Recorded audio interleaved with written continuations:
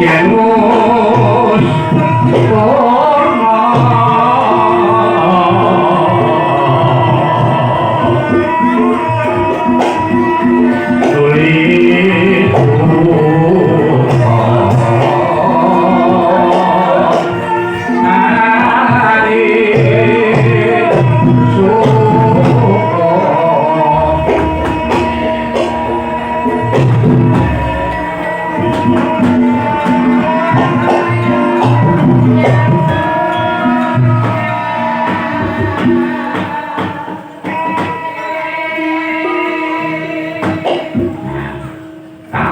aku makake piye lah sing wis ki nganggo jejer terus kondul gator kaya ngono-ngono ki lak yo kali sanggite kepiye wong sing jenenge mader ngene iki wis dimenangake nggih mengko nek jejer kok terus kondul gator iki ndak malah dicek karo kanca-kanca buri paling kondul gator niku santi mulya baru satu bulan terus nganggu apa kuwi pelayan kembang kacang kae ning nong tali purna pasti mangan sanata yo ngadang kuwi bendina do nabuh ning dorang nek kuwi gaweanku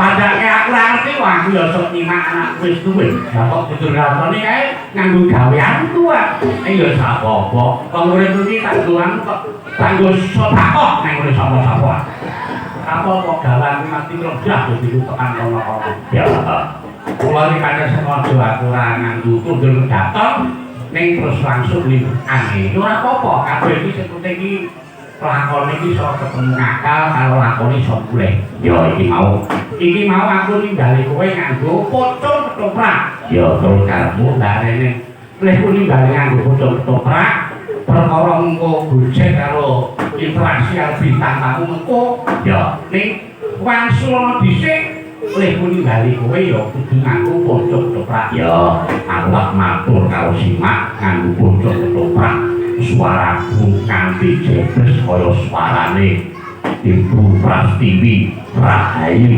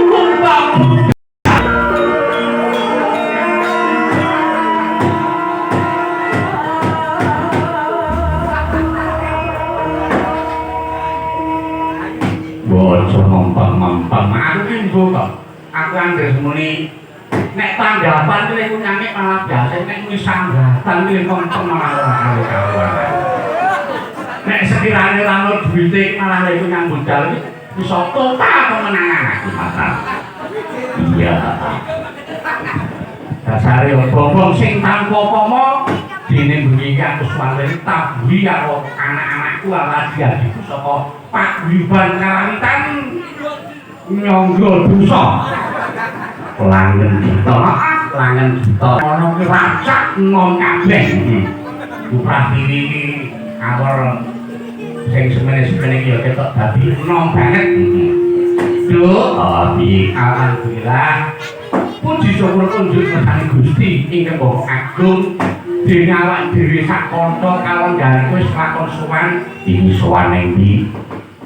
Iki nek ora kleru sowan ana ing Gebang kalih Plumbon Temon Kulon Progo. Oh ngono. Iya awak dhewe ya ngaturake kulon nuwun dhisik.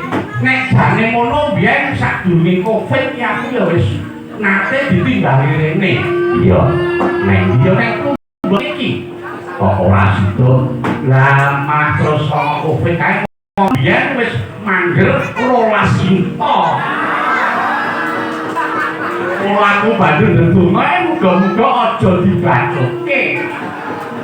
Lah biare dibacoke mumet aku wis mandher wasi kok dibacoke lak ya. Nek mau dibacoke aku ya tetep tanggung jawab. Masalahe mandher kok kakean. Ya, biyen sing rawuh.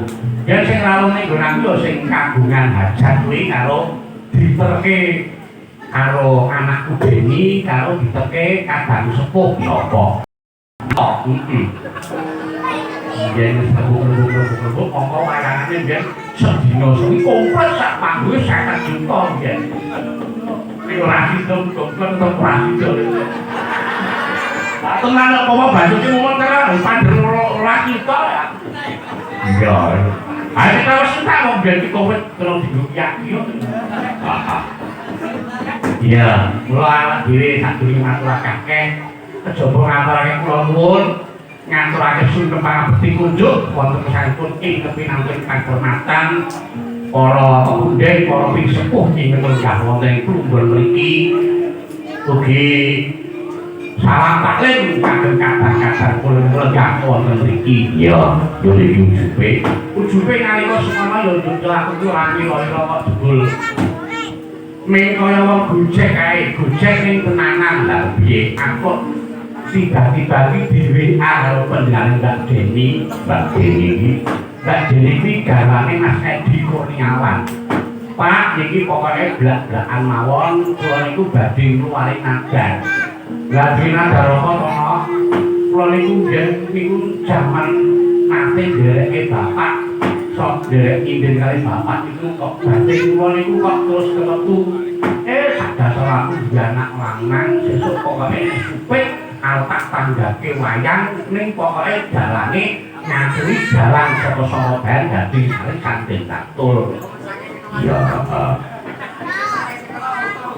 ya karepku ngesake sing 12 juta kuwi. Iya, dadi panjenengan iki Mbak Deni iki luwari ujar. Sadasar sesuk duwe putra kakung nek wis disuwitke utawa dititangke besok arep digelarke wayang kulit ning dalane kudu baku. Aku yo batin lah kok ora sing ndinane kok dereke ana wong biasane iki dereke anak Wisnu kok ora Wisnu wae. Mboten Pak kon iki kula niku niate ngluwari nadar. Ya alhamdulillah bengi iki kalenggan iki sing nguyung para kadang para pisepuh lan para kadang sampun saged kasebat damila. Saderengipun menika kula mangke gegojekan kaliyan para bintang tamu, kaliyan tetembangan kaliyan kanca-kanca waranggono lan pengrawit. Rene menika keluarga panjenenganipun Mbak Deni kaliyan Mas Edi Kurniawan supados diaturi minggah wonten ing panggung kalih yuta 12 yuta. Ora karo yuta 4 luar.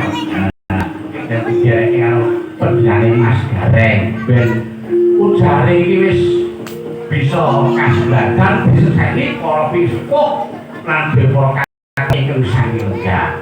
Monggo Mbak Deni kaliyan Mas Edi supados pindah wonten ing panggung monggo. Ngelmu iku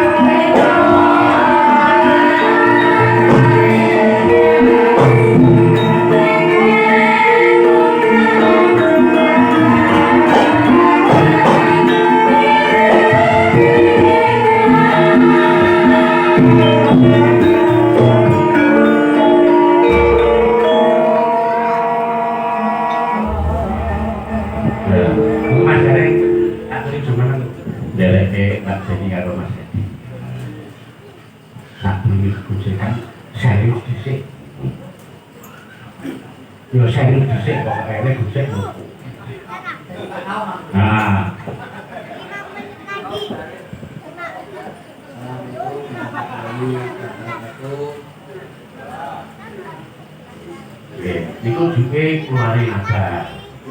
Akhiripun Bapak Edi dan Ibu Jenny nanti keluarin ada dan belum niku kalah sepuh kalian menjenengan. Oke. Berarti panjenengan dengan keluarin ada. Oh, keluar. Nggih.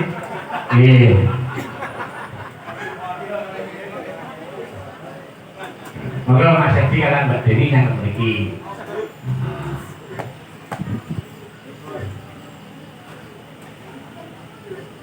Niki alhamdulillah Mbak Deni kalian Mas Edi anggenipun kagungan adar sakmenika sampun saged kasempatan luaring nagi nyataipun nalika semanten panjenenganipun Mbak Deni menika kebetul panjenenganipun sadasara mangke putranipun badhe dipun pipanten badhe mboyong kula sarencan kalangan sampun saged kasempatan mila nyuwun dukanipun para punden para sanakadang lan para leganggen wonten megah mriki mugi nyeksanana Gusti Allah mugi tansah berkahi dinten menika sageta luar menapa ing dados punaginipun Mbak Deni kalian Mas Edi lan kanthi luaring punagi menika sageta mahanane kali dadosaken sarana tuwuh ingkang grahan utaminipun dumateng lare ingkang dipun pitanaken mugi tansah pinukan Gusti tansah pinaringan kabagas warasan dadosa lare ingkang utami bektenipun migunani tumraping bayan agung.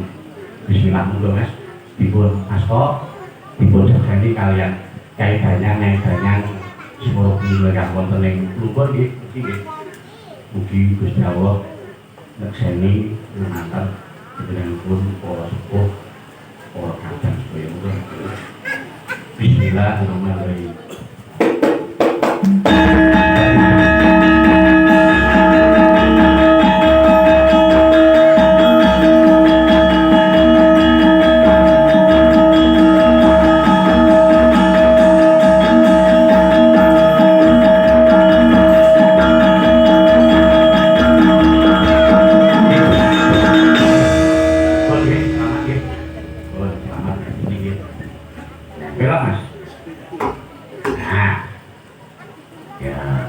Wancine gegojekan karo bintang tamu sapa Mas Gareng wiji karo panjenengane Mbak Ani Dorong.